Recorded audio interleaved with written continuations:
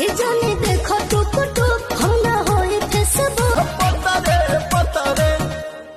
तो ब्लास्ट खबर निकल के आ रही है दोस्तों की सौम्या पोखरियाल जो कि पवन सिंह के गाने कमरिए पतरे पतरे की दीवानी हो चुकी है। जी दोस्तों, एक बार फिर से जो कि सौम्या पोखरियाल इस गाने पर रील बनाई है जी दोस्तों, और वीडियो वायरल हो चुका है। जी दोस्तों, आप सबको मैं बताते चलूँ कि कमरिया पतरे पतरे जो कि 3 मिलियन से ज़्यादा का व्यूज हो चुका है और यूट्यूब घबरा चुका है क्योंकि व्यूज जो कि बढ़ ही नहीं रहा है। 2.8 मिलियन अभी भी आप लोगों को दिखा रहा होगा।